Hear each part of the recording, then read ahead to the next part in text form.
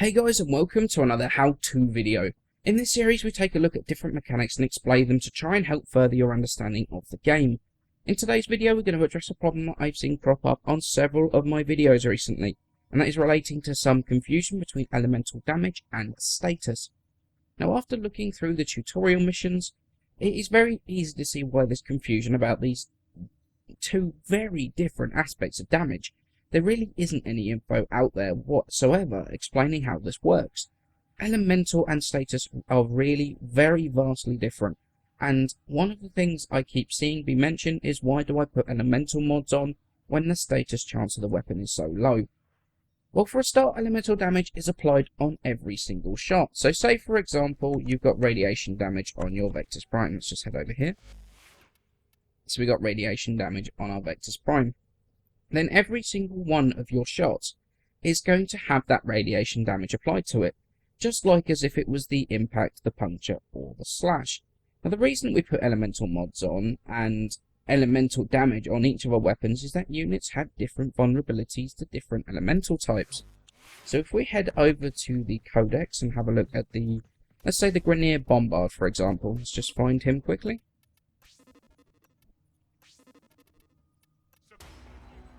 Here we go. You can see the different vulnerabilities to different elemental types, and those that it has reduced damage to, and those that it is weak to. So in this example you can see that the Bombard takes the most damage on its alloy armor from radiation damage, followed by the puncture and then the cold, and takes reduced damage from slash, electricity and magnetic. While looking at the Codex, you can also see the pluses and the minuses, which you can see here. Each one of these refers to how much extra damage it takes from that elemental damage. Each plus or minus represents 25%. So the Bombard on its alloy armor takes 75% more damage from the radiation elemental damage, and minus 50% to slash damage. What this means is that to do the maximum damage against the alloy armor of the Grineer Bombard, you need to keep doing the radiation damage, so you'll have to have the electric and the heat mods on your weapon to combine for that radiation. And this all relates to elemental damage from the weapon and does not have anything to do with status at this point.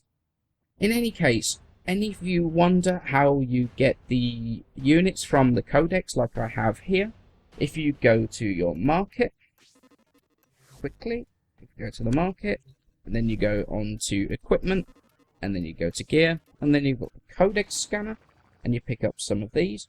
You can either manually scan each unit the relevant number of times to get all the info on that unit, or you can use your Helios with the Investigator mod, which will passively scan the units for your Codex for you. Okay, so status procs. Now these are a little bit trickier to explain than elemental damage. Status procs are effects that have applied to a target based on the status chance of your weapon. So let's go over and we'll grab a status based weapon. Let's grab the Prismagricator for example. Where's the Prismagricator gone?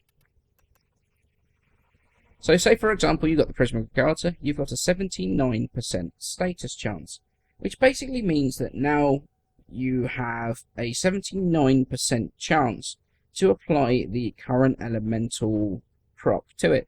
So say for example we've got corrosive on there, then every single shot that you fire is going to do corrosive damage, but you've also got a 79% chance of proccing that corrosive proc, which is going to reduce armor. Now everything that you have on your weapon does have a chance to proc. So, for example, with the Prismagricator, we've also got impact, puncture, and slash on here, and we've also got heat because it's a corrosive heat build, which basically means every single one of these has a chance to proc. Now, there is also a pattern, and it does seem to follow a pattern, that if you've got more of a certain damage type, it's going to proc more often than the others. For example, if a weapon has more slash, well, in this case, we've got the impact damage being that little bit higher, and then we've got the corrosive has higher than heat, so it's going to proc the impact more often than slash and puncture, and corrosive more often than heat. However, it is an RNG based system, so it is no way guaranteed. Now, status procs can be some of the most useful things in the game if used correctly, While elemental damage is going to fall off, status will carry on being useful. And that's because, for the majority, they do not do direct damage. Slash damage and toxin damage do a little bit damage. They apply different damage over time effects.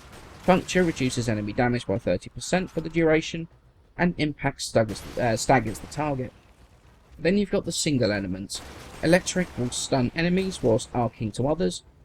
It will also cause a stun because of that arcing. Cold will slow down the enemies, and heat will apply a small damage over time, but will also cause enemies to flail around. Now after those single damage types, you've got the combined elementals. So you've got Blast, which is going to cause a knockdown in a small area. Viral, which is going to reduce enemy HP by half for the duration. This does not stack, however. Every time you proc Viral, all you do is reset the timer. Radiation has a confusing effect, causing its target to attack friendly units, and them to attack him. Magnetic will remove shields, Gas will apply an AoE toxin effect, and Corrosive will permanently reduce armor by 25% each time it procs. So as you can see, elemental damage and elemental procs are two completely separate parts of the damage system. Obviously they do cross over by the fact that if you've got radiation on your weapon as your elemental damage, then you're going to proc radiation effects depending on your status chance. But they should always be looked at completely separately. Elemental damage should always be on a weapon. There is literally no situations where having no elemental damage on your weapon is better.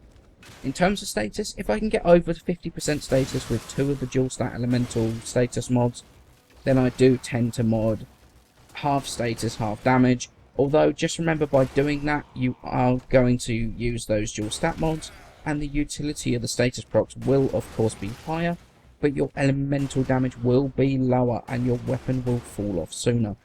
So I hope that this video helps clear up some of the confusion between elemental damage and status, and how status chance by no means changes whether you should put elemental mod on your weapon or not. Even if a weapon has little to no status chance, elemental damage is still going to affect every single round that you fire, just that you are not going to get the status procs very often. If you have any other questions about these mechanics, don't hesitate to ask in the comments below, and I will do my best to answer you as soon as I can. Now just a quick little thing from me, as you can see, I've actually got a fairly major milestone coming up, the big 10k. I'm opening the floor to you guys to decide what you'd like to see me do for my 10k video. It could be literally anything, except for a face reveal. That's not happening anytime soon. Just put your suggestions in the comments below, and the idea I like the most will be probably what I do for the video. As always guys, many thanks for watching. Please remember to leave a like and subscribe, it helps me out a ton, and I shall see you in the next episode.